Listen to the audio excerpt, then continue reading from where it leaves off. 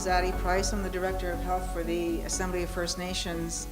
I come from a background in health generally, program management in the area of First Nations and Inuit health, dentistry, early childhood development, community development. So I think that coming into the Assembly of First Nations at a time when we're talking transformation has been, it's just been a real benefit for me to be there at this point in time. And I'm very, very happy to be here speaking on behalf of the Health Transformation Agenda. For those of you that haven't seen it, it looks like this, and it's up on our website. So I would encourage you to take a look at the website. And I also draw your attention to another one of the documents that's on our website entitled the First Nations Mental Health Wellness Continuum. Anyway, it's a very long name, and I encourage you to poke around our website and try to find that. I'd like to thank the Institute of Health Economics for allowing me the opportunity to speak this afternoon. I look to every opportunity to flog our health transformation agenda because it's a very, very important piece of work that was completed by the Assembly of First Nations last year. I started only at the Assembly in June, so I cannot take any credit at all for this document. The credit for writing this document goes to my staff. I'd also like to recognize that we do meet on Treaty 6 territory and acknowledge this beautiful territory upon which we meet. I have to admit I was a bit shocked this morning to wake up to snow, but it's beautiful nonetheless. I also want to mention that the Assembly of First Nations is, we advocate on behalf of all First Nations in Canada. We do not represent all First Nations in Canada, nor are we a rights-based organization. The rights for health, treaty health, rest with the First Nations themselves. So I just wanted to talk to you about that. And how do I advance these slides? There we go. Did I do that, or did someone else do it for me? Okay. So I just want to draw your attention to this this slide. I'm not going to read it, but basically what it outlines is the commitment that was made by the federal, provincial, territorial ministries over the last little while. And this lays the foundation for the reason we developed the Health Transformation Agenda. It contains 85 recommendations targeted to both the federal, provincial, and territorial governments as a means to supporting First Nations health transformation. The other thing I want to mention is in this era of transformation, we at the Assembly of First Nations are also working in the midst of the transition of Health Canada, of First Nations Inuit Health Branch, from Health Canada over to the Department of Indigenous Services. So we're trying to align the work that we do now with respects to the health transformation and generally with the transition that's occurring within government.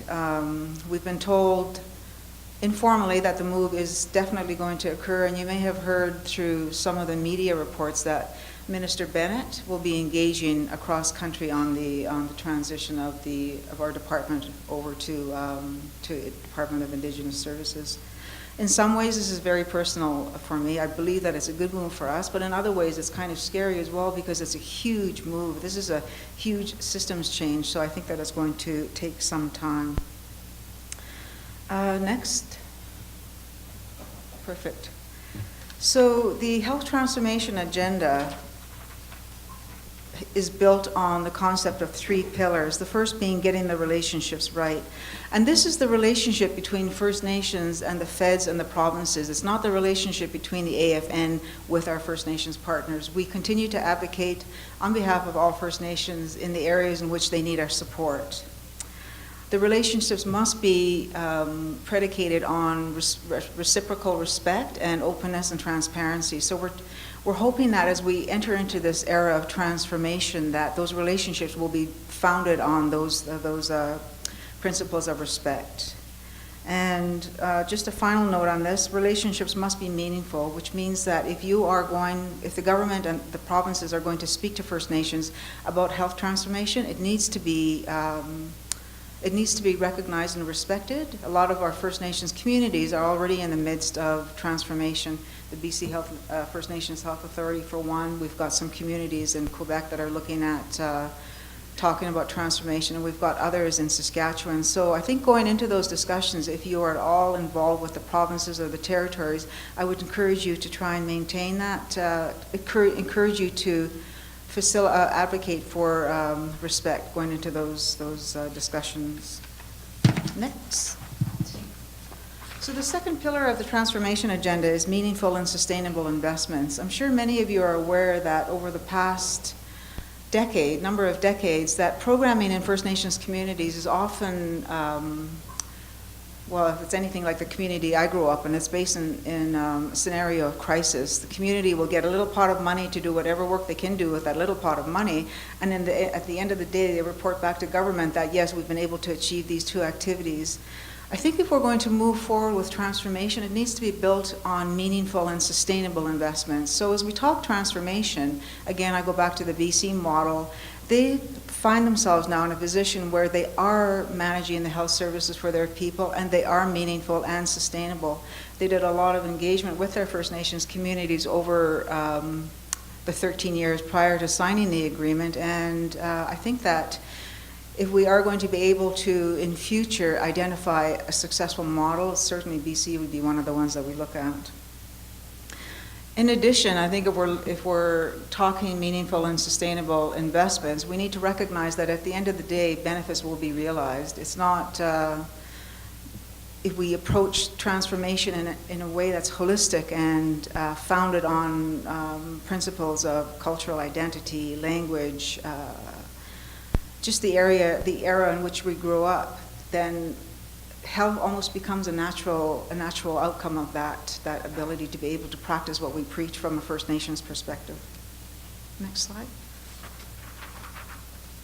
Some areas of interest that we like to mention are governance, First Nations authority, jurisdictional ambiguity,